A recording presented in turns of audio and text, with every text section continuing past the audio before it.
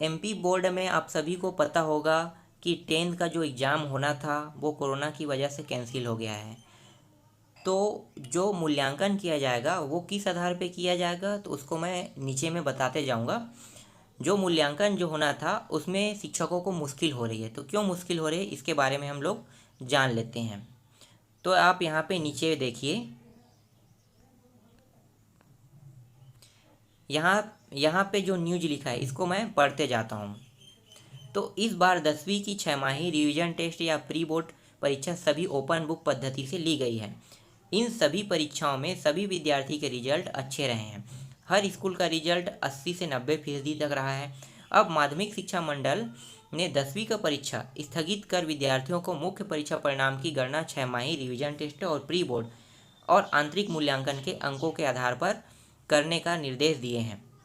साथ ही साथ यह भी निर्देश दिए गए हैं कि किसी भी स्कूल का रिजल्ट पिछले 3 साल के औसत रिजल्ट से 2% से अधिक नहीं होना चाहिए।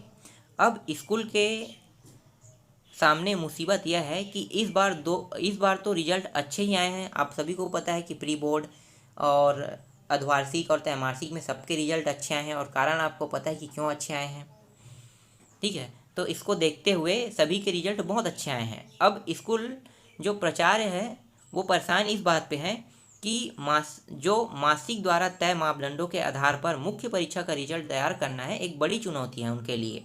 और जो शिक्षा मंडल है उनका कहना ये है कि 30 मई तक रिजल्ट तैयार करने के आदेश दिए गए शिक्षा मंडल के द्वारा शिक्षकों को। तो शिक्षक के जो संगठन है उसका कहना यह है कि इस निर्णय से शिक्षकों को प्राचार्य के सामने कई समस्याएं खड़ी हो रही है। जैसे कि अभी तक जो है सरकारी स्कूलों में जो एग्ज़ाम लिया गया है उनको अभी तक मूल्यांकन नहीं किया गया है, तो भाई वो लोग रिजल्ट 30 तारीख तक के कैसे दे देंगे। तो इसीलिए ये बहुत समस्याएं उत्पन्न हो रही है। तो जो शिक्षकों का कहना ये है कि जो समय सारणी उसको बनाया जाए, तो समय सारणी को 10 जून तक के बढ़ाने के लिए कहा गया है। अगर सरकार 10 जून तक के बढ़ा देती है तो हम रिजल्ट तैयार करके दे देंगे।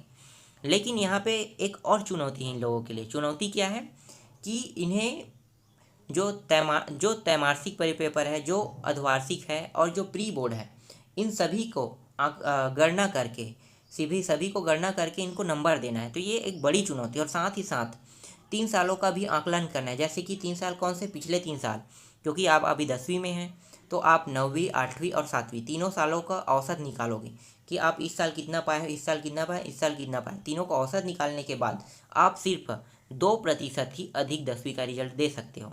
तो यहाँ पे थोड़ी यही मुसीबत हो रही है कि इतनी जल्दी हम इन सभी का आकलन करके कैसे रिजल्ट तैयार करें। इसीलिए 10th क्लास के रिजल्ट बनाने में बाधाएं उत्पन्न हो रही है।